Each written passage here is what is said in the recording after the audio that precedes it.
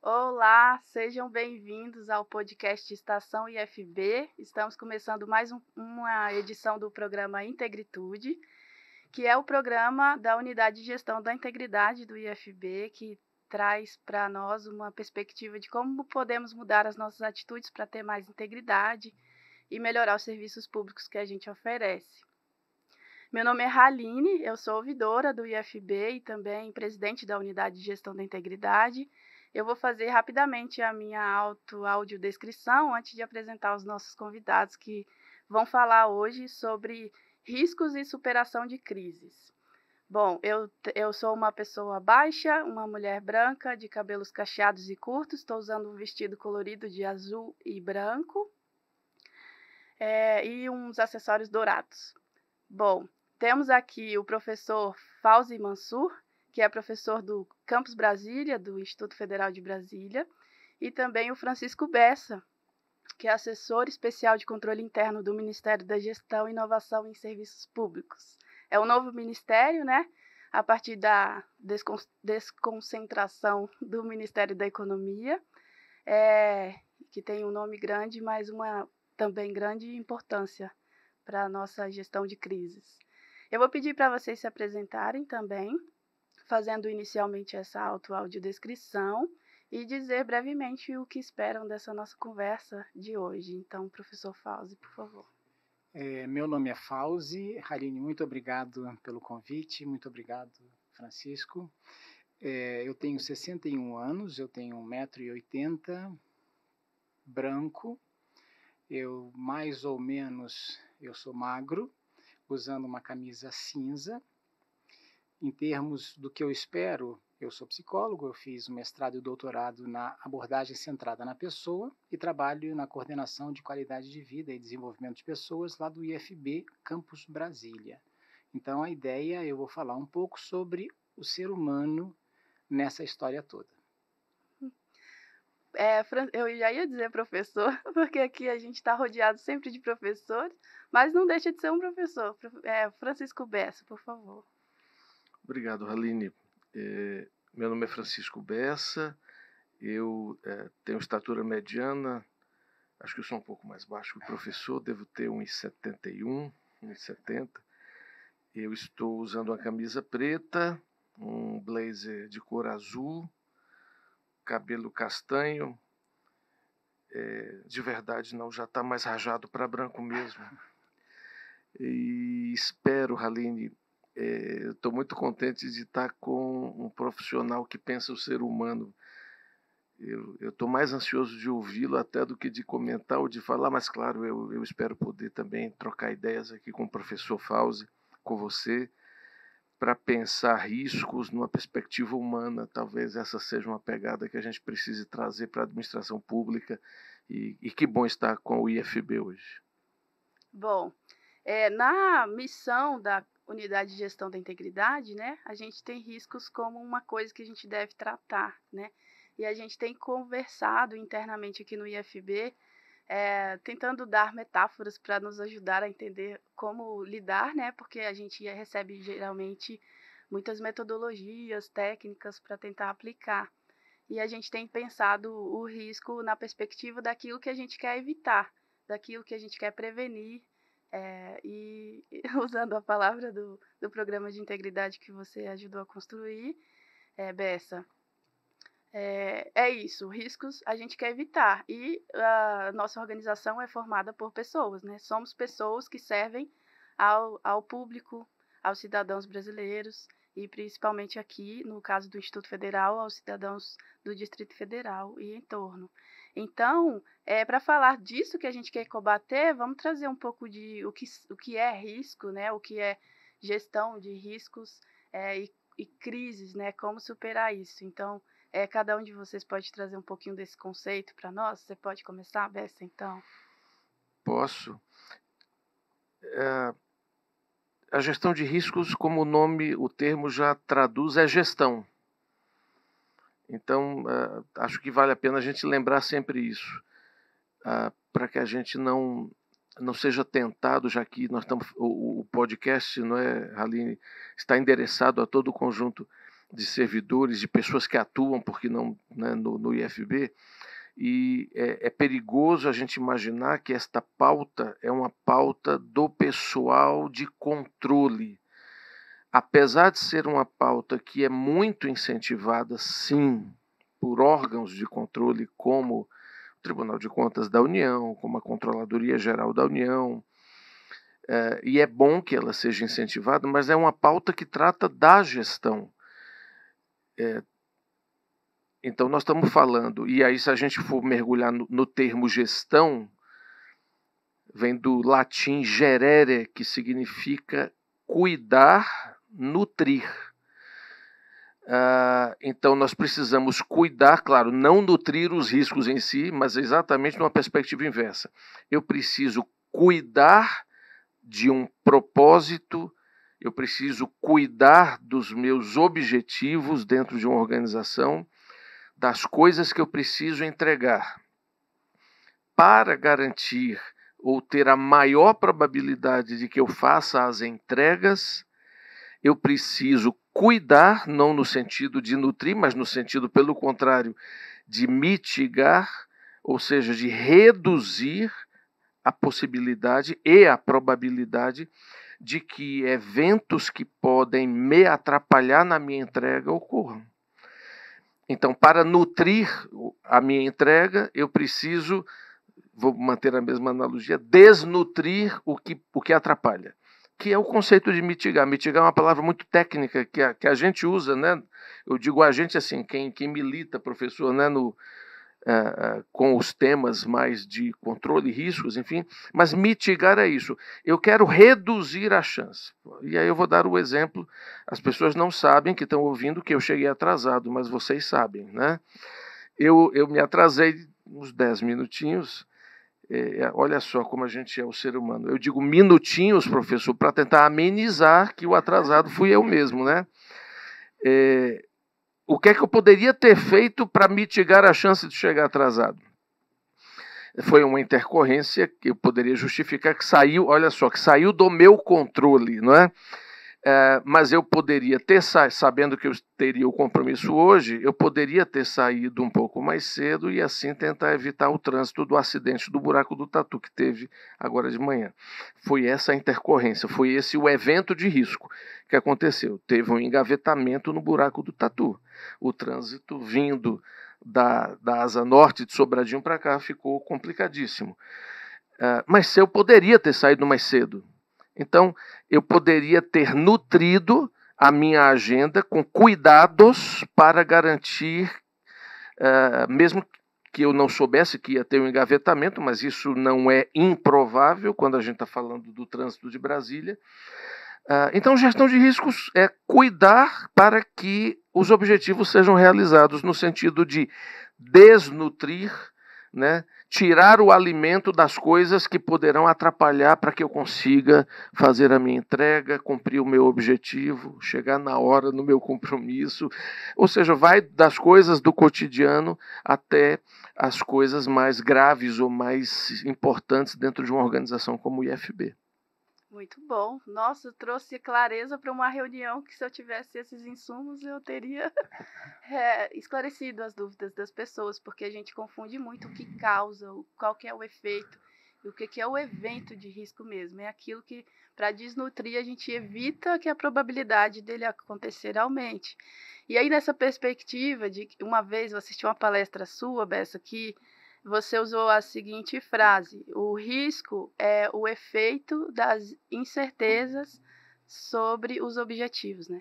E incertezas, professor Fauzi, é o que mais acontece na vida dos seres humanos, né? Então, traz para nós também a sua perspectiva sobre como gerir crises a partir dos insumos que nós temos dentro de nós, né? Perfeito. Bessa, eu passei pelo mesmo problema meia hora antes, aquele engavetamento todo, um acidente de moto, sei lá o quê. Então, eu compreendo. Você gerenciou melhor os riscos do que eu. Eu terminei a aula mais cedo. Foi. Sim, enfim. Antes da gente falar sobre qualquer coisa, gerenciamento do que quer que seja, nós precisamos saber qual é o nosso objeto. E o ser humano, ele não é coisa simples de ser tratado.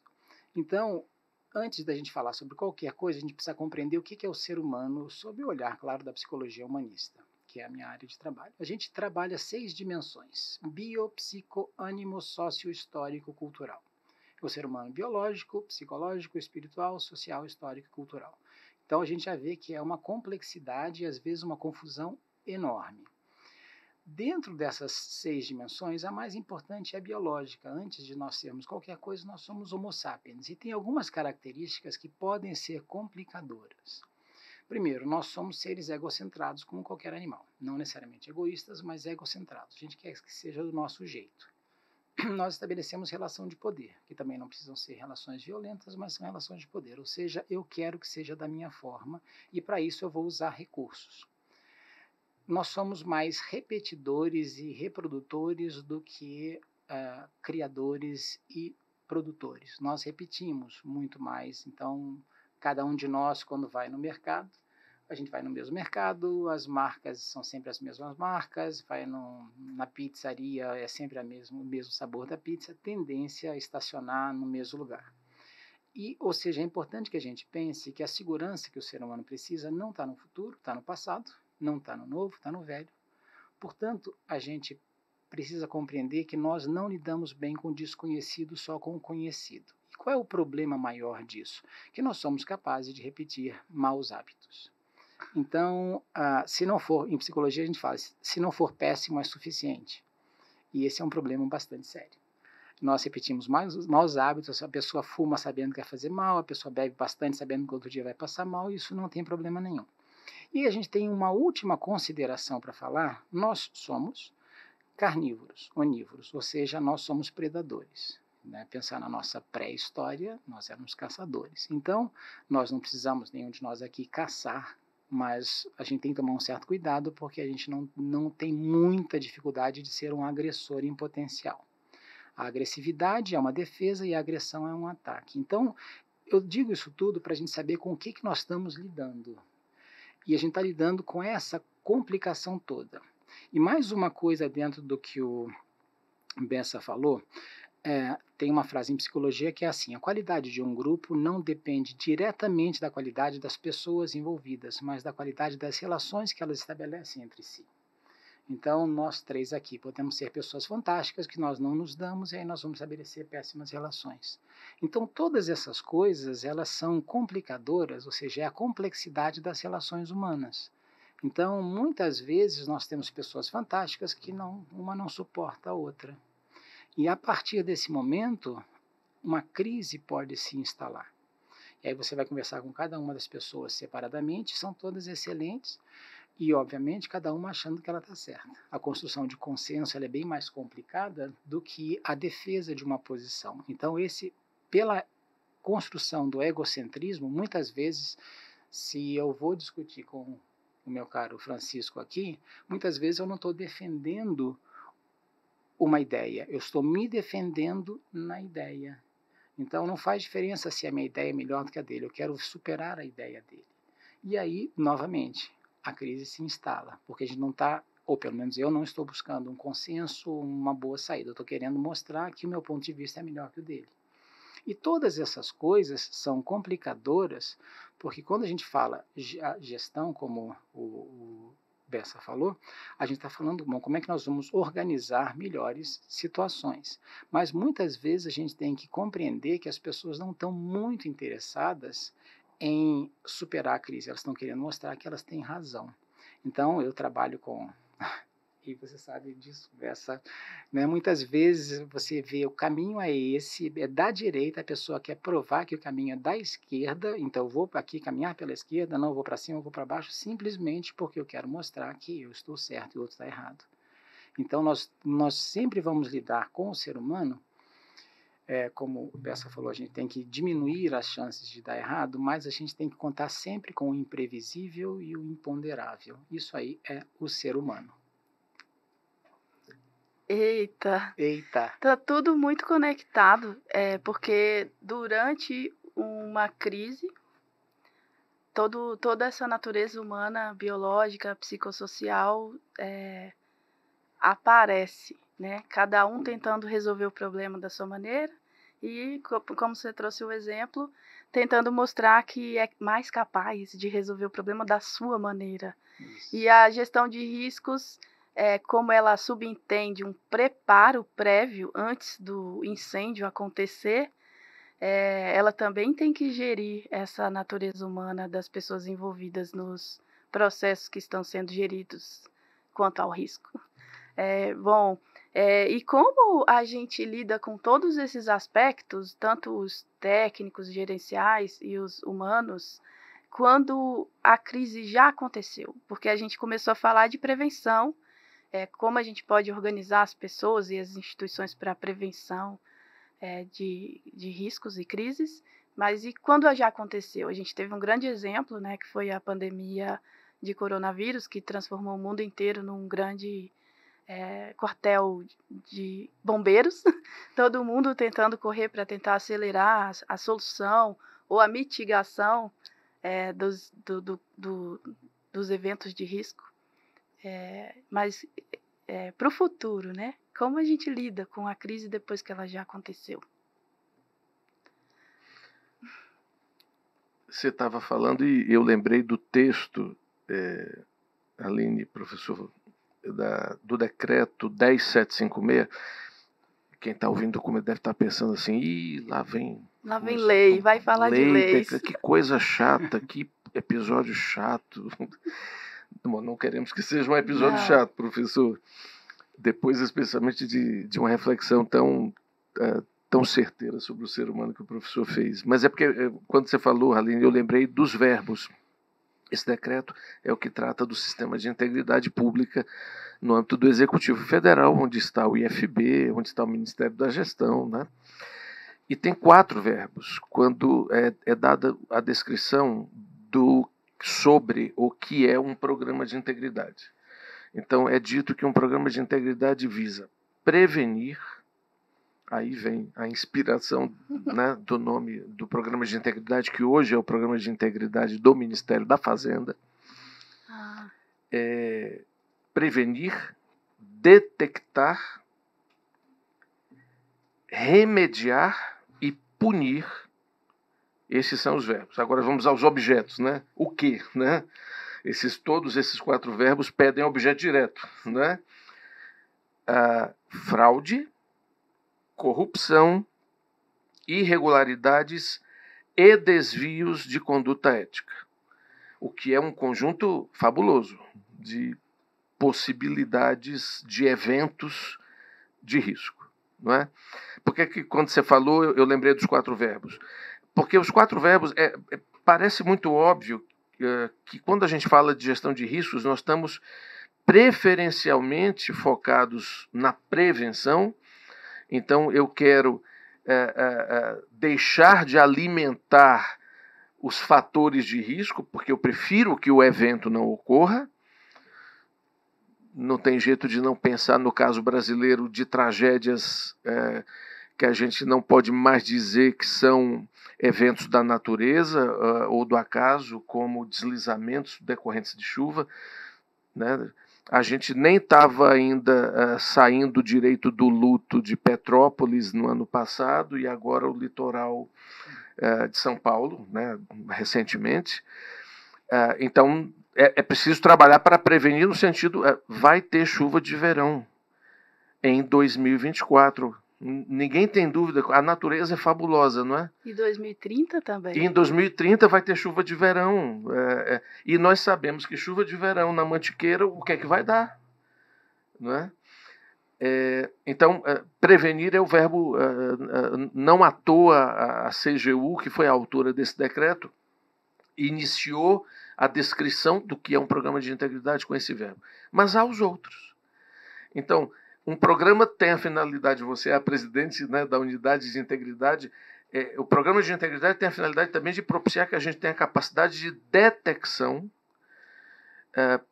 porque se não for se a gente tiver uma capacidade de detecção, é possível pelo menos fazer contenção de dano, não é?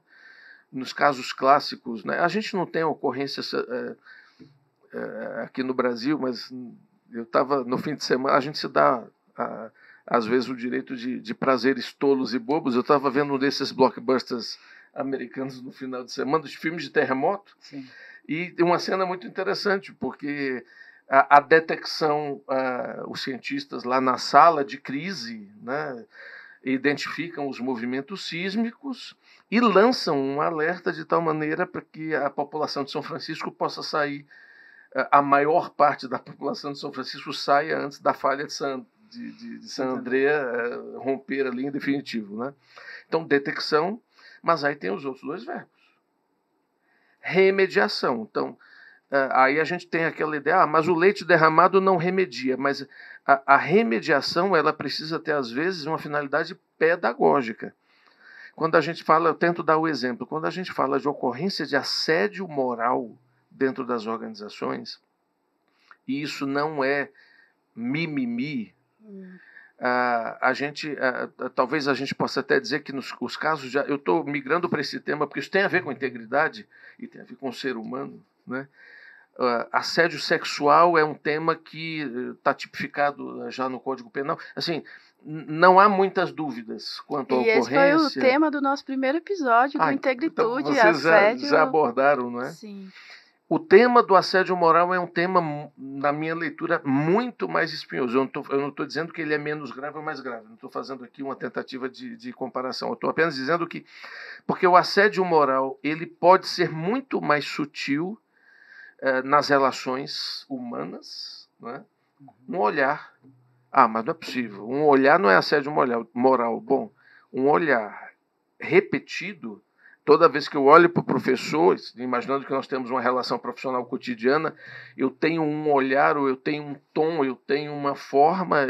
Então, é preciso que nós tenhamos mecanismos de remediação das microagressões cotidianas relativas a assédio moral. Então, eu entendo a palavra remediação no decreto com essa... E aí, eu estou tentando, a partir da sua provocação, aconteceu o evento de assédio, as partes ou a parte agressora precisa ser chamada à remediação, precisa ser sensibilizada, e se sensibilizar não for o suficiente, eu entendo que a parte agressora precisa ser, por que não, convocada.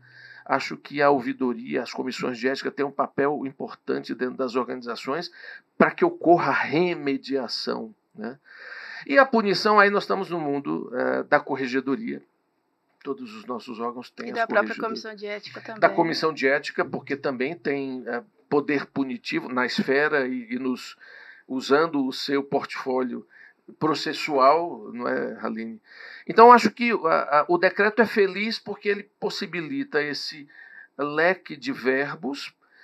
É claro que a gente quer sempre pensar na prevenção, mas mesmo quando o leite está derramado, há sim ações de remediação e, claro, ações de punição que precisam ter um viés também de retroalimentação, de dissuasão da ocorrência dos futuros eventos de risco.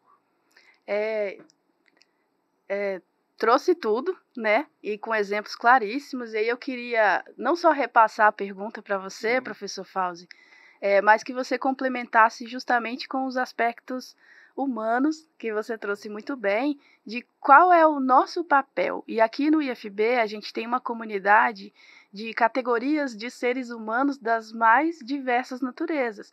Tem as categorias de vínculo, né? Somos servidores, e dentro dos servidores temos servidores técnicos, administrativos e servidores docentes de todos os níveis educacionais que nós ofertamos. Temos colaboradores terceirizados que têm um vínculo mais frágil e, portanto, as medidas de controle, né, dessas pessoas é mais frágil também. Temos estudantes, que é o universo maior do nosso Instituto Federal de Brasília, e entre os estudantes temos estudantes adolescentes, estudantes adultos, pessoas idosas que também são nossos estudantes, e enfim, somos tantas pessoas, e como lidar com a natureza humana na perspectiva de que conselho dar para todas essas pessoas para fazer uma melhor gestão de riscos e de crises? Bom, então vamos organizar o nosso pensamento aqui. Pegando o que o Bessa falou, por exemplo, não precisa nem, pode ser uma respiração. Você está falando e fala assim, pronto, isso aí já é suficiente para eu desqualificar praticamente tudo. Ou então levantar uma sobrancelha. Já é o suficiente, né? E aí, mas eu só levantei uma sobrancelha, quando você sabe que por baixo foi uma agressão. Então, nós somos seres complicados. O que nos une a todos? Nenhum de nós faz algo, se puder, que não ache que seja para o seu benefício. Então, o básico de uma teoria de motivação é eu só faço o que eu acho que é bom para mim. Então, se eu vou na frente de um supermercado e aí tem alguém lá pedindo comida e eu vou e compro uma cesta básica, eu faço isso porque me faz bem. Eu me sinto bem em dar aquela cesta básica. É óbvio que, claro que vamos pensar assim, o que está acontecendo com a pessoa que recebe é bom, efeito colateral, mas eu só fiz porque eu me sinto bem. Nossa, me parte o coração ver aquela pessoa mal. E aí, por conta disso, porque se não me partisse o coração, eu não faria nada. Então, a teoria de motivação é assim, eu não tenho ilusões em relação ao ser humano, eu tenho esperança. Ilusão, meu caro Bessa, nenhuma. O que não significa que eu não tenho esperança que a gente não possa funcionar, mas a gente tem que compreender que o lugar de acesso é o lugar da motivação. A pessoa precisa compreender que aquilo lhe faz bem. Por exemplo, aqui em Brasília, nós temos, bem melhor do que na maior parte do Brasil, o funcionamento saudável das faixas de pedestre. Realmente funciona muito bem, não tem dúvida. Um ou outro probleminha, mas a maior parte das vezes funciona. Mas as mesmas pessoas que param na faixa de pedestre sem precisar de um guarda ou de uma multa, elas param em vagas que não são para elas mesmas, elas vão pelo acostamento, enfim, elas fazem todas as outras besteiras que se faz no país, no trânsito, mas funcionam. Ou seja, a consciência ela não irradia. Então a pessoa tem uma consciência realmente saudável, ela para, vê que tem alguém para atravessar, ela para, porque ela talvez compreenda que ela, enquanto pedestre, vai ser beneficiada por aquilo.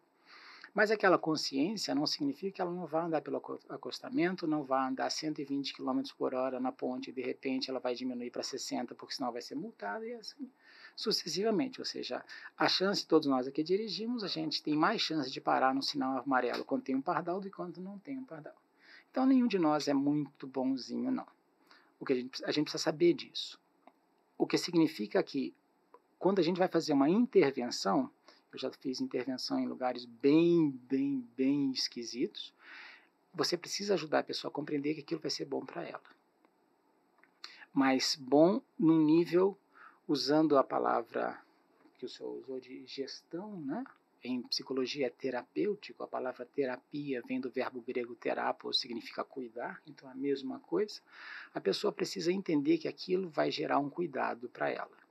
Se ela não souber disso, ou ela vai fugir da punição, e a gente funciona bem fugindo da punição, mas quando não tiver um objeto punitivo, a gente não faz nada. E não adianta a gente pensar que vai conseguir construir consciência expandida, porque não vai. Então a gente precisa ajudar a pessoa a compreender que aquilo vai fazer bem para ela. Mas de uma forma saudável. Eu digo forma saudável, porque ontem eu passei o dia ajudando uma psicóloga amiga minha a evitar que um rapaz de 16 anos suicidasse. Deu certo. Mas foi ajudar o rapaz a sair do presente e do passado e ir para o futuro. Ou seja, o que você pode fazer com sua vida, já que o seu passado é horroroso. Beleza, então isso aí é muito importante. Mas foi ajudar o rapaz a compreender que vai ser bom para ele. Fora disso não tem jeito. Então, se a gente consegue, numa intervenção, numa gestão, ajudar as pessoas a compreenderem mais do que a entenderem. Entender é racional, compreender é racional mais emocional. Porque eu posso entender muita coisa, mas emocionalmente eu estou distante das coisas. Se a gente consegue ajudar as pessoas a compreenderem quais são os benefícios para a própria pessoa, ela tende a olhar para aquela situação de outra forma. Então, todas as minhas intervenções em crises ou em situações realmente muito ruins, basicamente quais são os benefícios que isso vai trazer para cada uma das pessoas envolvidas. Se a gente consegue fazer isso, de alguma maneira, e dependendo de como isso é organizado, as pessoas tendem a responder bem. Eu inventei isso para mim, eu trabalho com 4 momentos. Então, primeiro, intenção, conteúdo, forma e timing. Então qual é a intenção que eu tenho por trás do que eu quero fazer? Eu quero ajudar o Bessa porque eu quero mostrar que eu sou melhor do que ele, ou eu quero ajudar o Bessa porque eu sei que eu posso ajudá-lo e ele pode crescer. Então, o primeiro tem que ver qual é a minha intenção. Segundo, o conteúdo é relevante? É relevante. Terceiro, a forma vai ser uma forma que ele consiga ouvir dentro da confusão que está lá. E quarto, esse é o momento mais adequado, porque às vezes está tudo certo, mas aquele momento a pessoa não vai ouvir nunca. Ele está banhado de hormônios de luta ou fuga e não vai conseguir ouvir.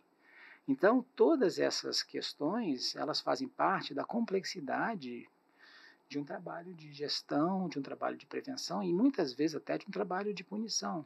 A punição não precisa ser necessariamente malévola, mas a pessoa precisa entender que toda ação tem uma consequência. E viver bem é lidar bem com as consequências das escolhas. E quanto melhores forem as escolhas, mais chance a gente tem de funcionar bem. Sabendo, de novo, do imprevisível, do imponderável, faz parte, né? Mas, como o Bessa mesmo falou, né, não é tão imprevisível ter um engarrafamento lá no buraco da tua. Eu já peguei uns 20, né? Já até me atrasei para aulas. Mas, enfim, faz parte. Mas, assim, a gente pode imaginar, bom, então por volta das 8, 8h30, 9 horas, é complicador. Tá, e aí a gente vai se organizando, sabendo que pode ser muito pior ou pode não acontecer nada. Mas, de qualquer maneira, dentro disso que a gente está trabalhando aqui, assim, quanto mais as pessoas souberem e souberem profundamente que aquilo vai ser bom para elas, dentro de uma teoria de motivação bem básica, elas tendem a caminhar numa boa direção. Sabe que intuitivamente eu acabei indo por esse caminho quando a gente começou a pregar a palavra da gestão de riscos aqui dentro do IFB, porque eu trouxe a inspiração, né, de simplificar e trazer de forma mais objetiva esse tema para dentro das nossas conversas.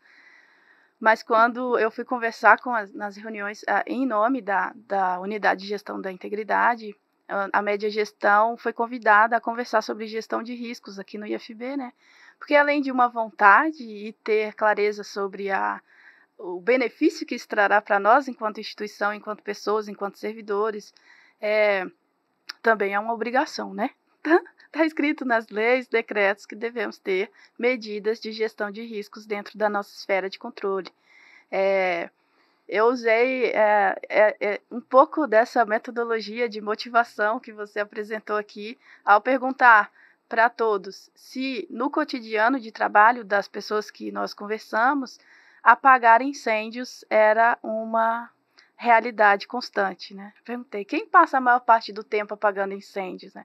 Unânime, todo mundo se sente assim, e ainda mais nos dias de hoje que a gente tem muitas tecnologias que nos ajudam, mas que também nos abarrotam de outras responsabilidades, de necessidade de respostas rápidas a todos que nos procuram. Então, tudo isso vai nos deixando sufocados e a gente está sempre apagando incêndios e nunca tem o tempo de respirar e falar, não, o que pode acontecer no futuro que vai dar ruim? Eu uso muito essa expressão, vai dar ruim para nós alcançarmos os nossos objetivos. E aí eu usei também a expressão que o Bessa trouxe em alguma outra palestra que eu assisti, é que a gestão de riscos e a gestão de crises e a nossa própria autoconsciência sobre as nossas dificuldades, e cada um exercendo nosso papel, uns de gestão, outros de média gestão, outros de servidores, e até os estudantes podem nos ajudar com isso tudo, usando a metáfora do Bessa, é que a gestão de riscos e crises é uma boa estrutura de prevenção e combate ao incêndio. Então, se a gente se prepara, eu acho que essa metáfora que eu reutilizei trouxe essa motivação de o benefício é para nós, para que a gente pare de apagar incêndios e prepare ao longo do tempo uma boa estrutura de prevenção de incêndios. E foi muito bem recebido pelas pessoas isso. Eu acho que você trouxe já a resposta do porquê, porque as pessoas conseguiram identificar que, nossa, eu sempre ouvi gestão de riscos e era uma chatice ou uma dificuldade, e a gente agora consegue entender como uma coisa que vai ser chata, vai dar trabalho, mas que vai nos trazer benefícios reais, né?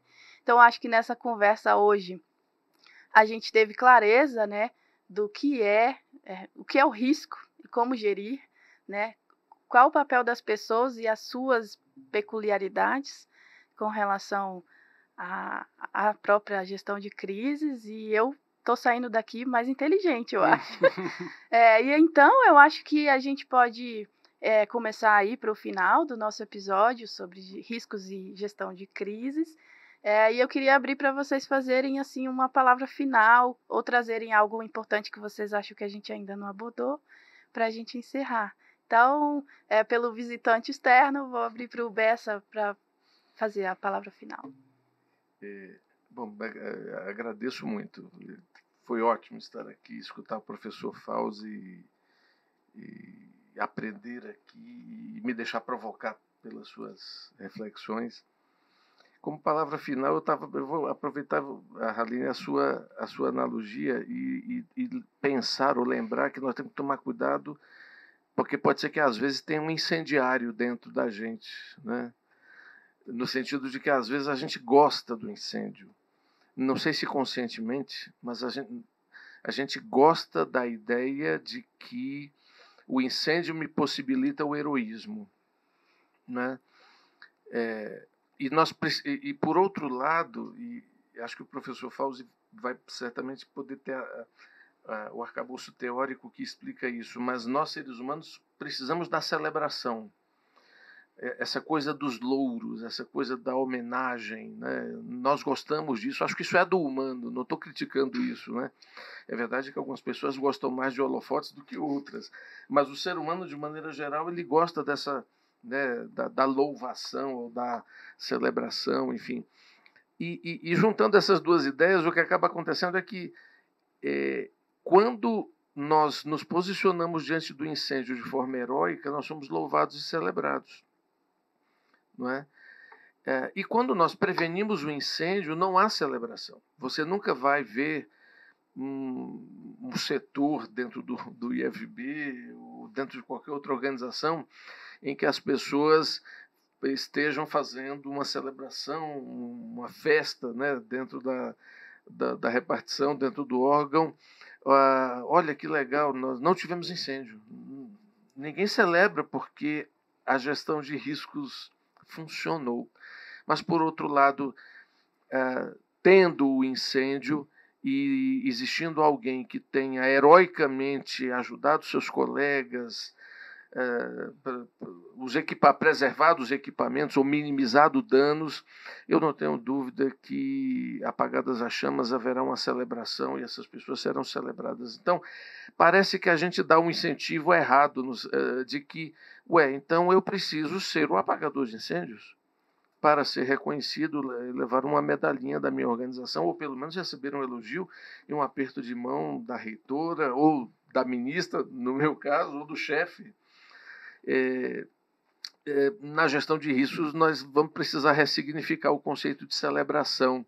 Talvez para o conceito, e há empresas, normalmente indústrias, né, que têm essa medição. Estamos há X dias sem acidentes do trabalho, né?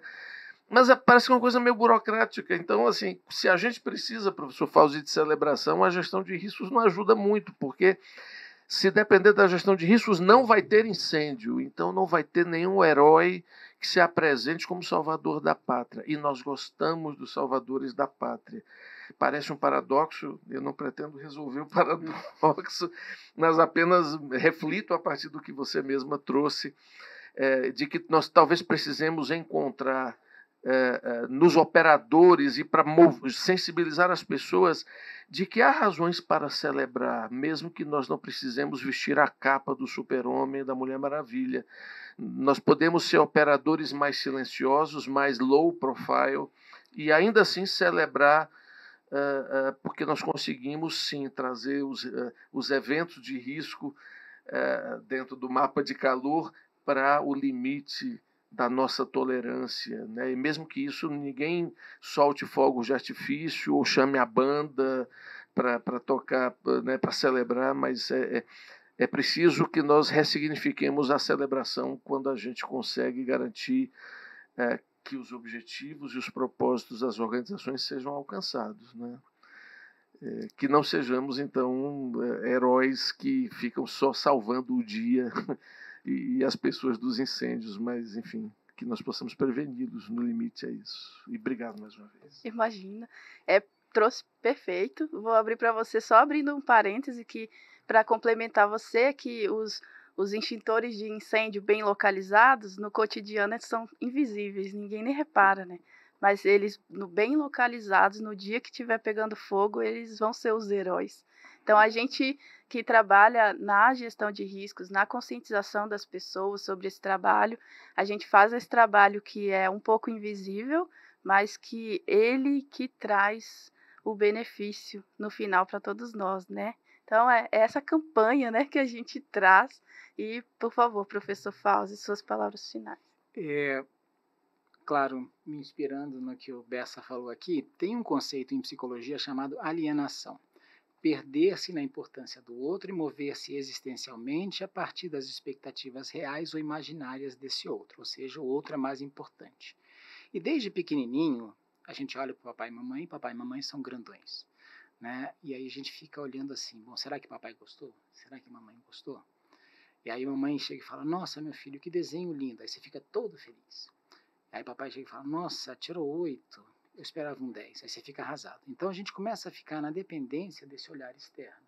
Então, pegando o que você falou, Bessa, isso é muito importante. Ser elogiado é muito bom. A questão é como é que a gente funciona a partir da dependência de um elogio ou não. E aí vai entrar numa coisa complicada, de novo, me inspirando no que você falou, que chama a síndrome do herói. A síndrome do herói é muito complicada porque, em princípio, a pessoa demanda situações problemáticas, potencialmente perigosas, e, basicamente, se a gente vê qualquer filme, pegando os blockbusters ou não, quando termina a crise, termina o filme. Né? Acabou. Antigamente, né, sei lá, os contos de fadas, e viveram felizes para sempre. Isso aí não tem coisa pior do que o que a Disney colocou, viveram felizes para sempre. Em psicologia, final de contos de fadas e lidaram bem com problemas para sempre. Então não existe vida sem problema. Existe lidar bem com o problema. Então o que a gente precisa compreender nesse aspecto, eu, por exemplo, como psicólogo, não como professor, mas como psicólogo, o meu objetivo é ser desnecessário depois de um tempo. Então, eu sei que quando começa um trabalho psicoterapêutico, eu sou necessário. E eu não estou tirando esse mérito. Mas a minha proposta é ser cada vez menor. Até que num dado momento a pessoa chega e fale, obrigado, estou indo. Então, eu não sou mais necessário. E essa talvez seja a maior função terapêutica das relações humanas. Que as pessoas sejam capazes de dar conta da vida sozinhas. É muito difícil, né, quando a pessoa constrói necessidades onde seriam possibilidades. Então, o trabalho constante nosso não é mais necessário isso. A gente não tem mais a necessidade dessa confusão, a gente não tem mais a necessidade desse conflito, a gente não tem mais a necessidade disso. A gente consegue construir saúde, consegue construir harmonia, cuidado, respeito. E basicamente é isso. Então, no fundo, o trabalho nosso, tanto faz no serviço público ou em qualquer relação humana, é a felicidade. Felicidade é diferente de alegria, euforia, satisfação. Felicidade, né, inspirado de novo no meu caro Bessa, que assim vem do verbo, né, felicitas, em latim, vem do verbo grego fio. Fio significa realizar. A felicidade, portanto, é a autorrealização. O que é a autorrealização? É a ação de eu me tornar uma realidade. O Jung, eu não sou junguiano, mas ele era genial, ele fala, o ser humano nasce original e morre cópia. Isso é meio triste, né? A gente vai copiando todo mundo. Então a ideia é como é que a gente pode construir, nessa gestão de crises, na superação de crises e tudo mais, a felicidade, ou seja, a ação de me tornar uma realidade, cada vez mais saudável, cada vez mais cuidadosa, cada vez mais respeitosa, não somente comigo, mas com o ambiente que me cerca, com as pessoas que me cercam. Então essa é a nossa proposta. Bom, muito obrigado, desculpe rapidamente, Bessa, muito obrigado, aprendi muito com você, muito obrigado também, Haline, muito obrigado, aprendi muito com você. Eu acho que todos nós aprendemos um pouquinho do que não é o nosso estudo principal e atuação principal. Então,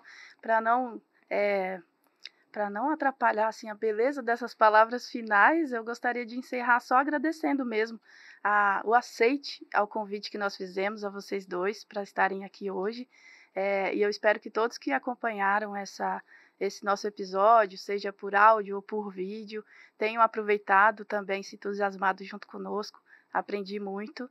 Agradeço também a Tael, nossa intérprete de Libras, que vai estar aqui nos ajudando a dar essa acessibilidade também, e toda a equipe da comunicação do IFB que está produzindo esse podcast, que está só começando, eu espero que prospere também. Então, obrigada, de verdade, e eu espero que a gente possa se encontrar mais vezes.